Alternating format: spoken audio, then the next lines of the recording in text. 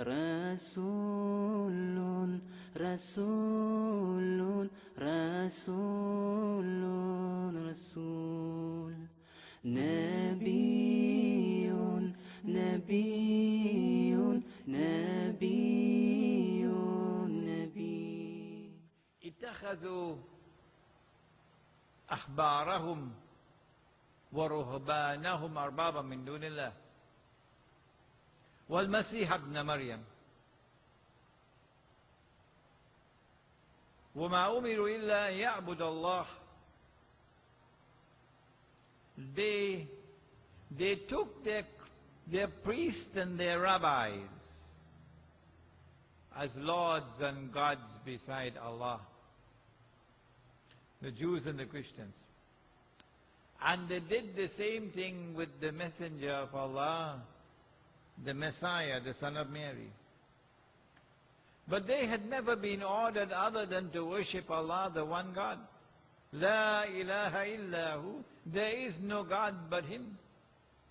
Subhanahu amma yushrikun. Glory be to Him. How far removed is He from this act of shirk of theirs, of taking their priests and rabbis as lords and God beside Allah. So a man came to the Prophet and said, O Messenger of Allah, how could Allah say such a thing? That the Christians and Jews has worshipped their priests and their rabbis as gods. They don't do that. No. To which the Prophet replied, and he asked, did they not make halal what Allah made haram? That is their shirk. Did they not make halal what Allah made haram? That is their shirk. And did the people not follow them into it? That is their shirk. And so I ask the question tonight on the 12th of Rabiul Awwal. If a priest or a rabbi legalizes what Allah made illegal, and that is shirk, well, if the government do the same thing, would it not be shirk? Yes. And so the whole total political system around the world today, everywhere you turn in the world today, it's the modern secular state, which is supreme.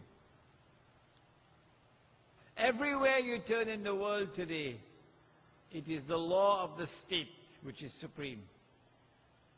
Not even in Saudi Arabia, in Makkah and Medina, is Allah's law supreme. No. Example, all the states of the world today, all, are members of the United Nations organization. With the exception of Indonesia, which left for a while and then came back. And so Indonesia is now back again. With the exception of Switzerland, which is trying to get in.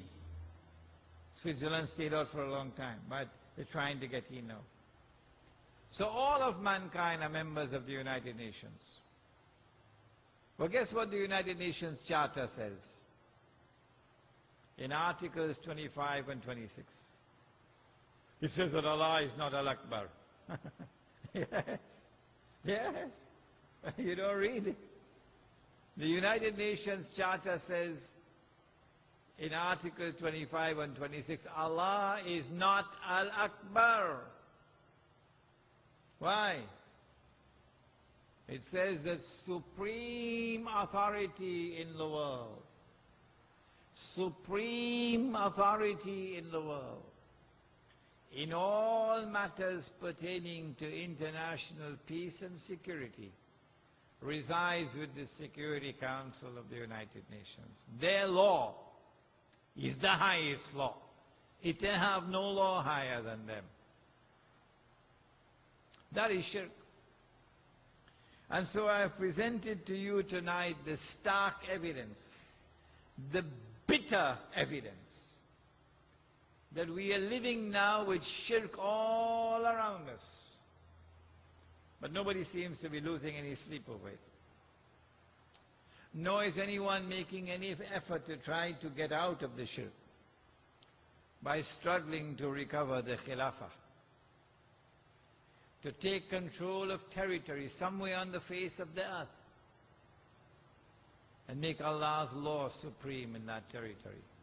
Of course, the United States will fight you, and Britain will fight you, and France will fight you, and Russia will fight you, and the whole world will fight you. They will never allow you to do it. But that should not prevent you from making the effort. At least we can say to Allah, we've made the effort.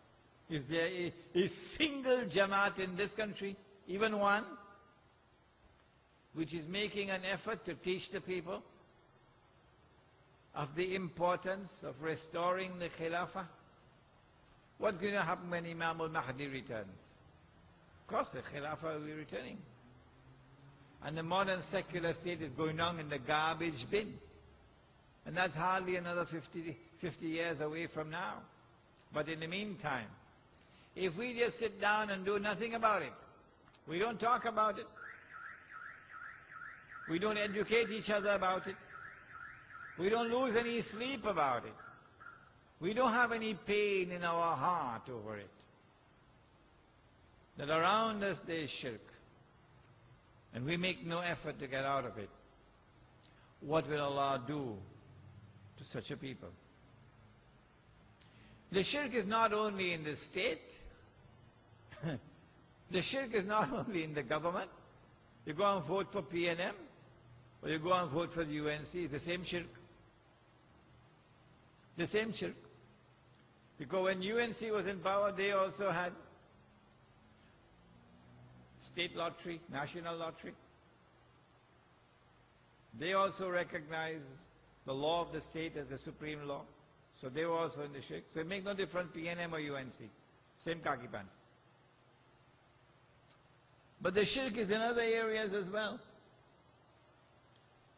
Do you know that in the Quran itself, Allah gives us the months of the year?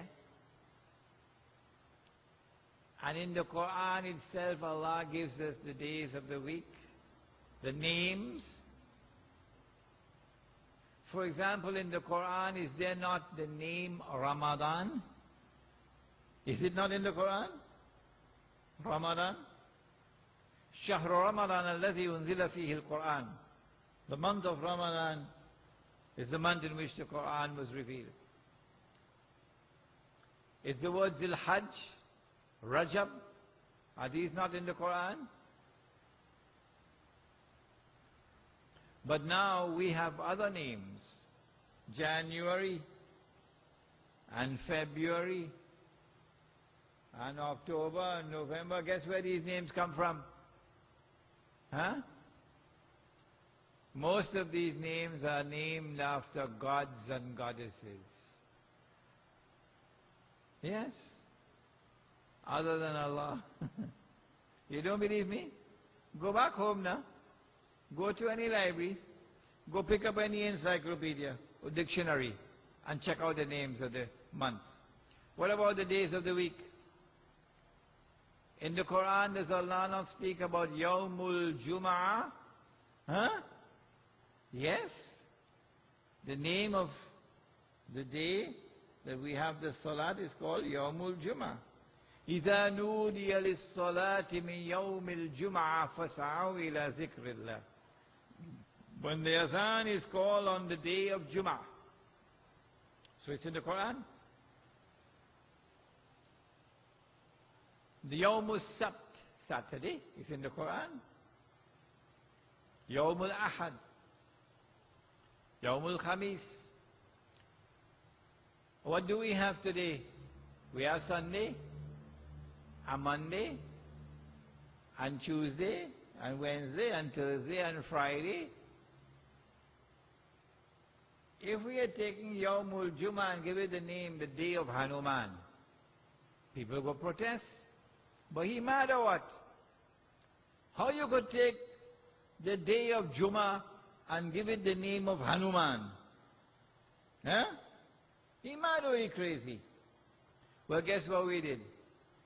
We gave it the name of Friday, and Friday is a Scandinavian goddess, Fry. Huh? Is it not shirk? Yes, it is shirk. And we are in the shirk all the time. When we use these names of the months and these names of the day.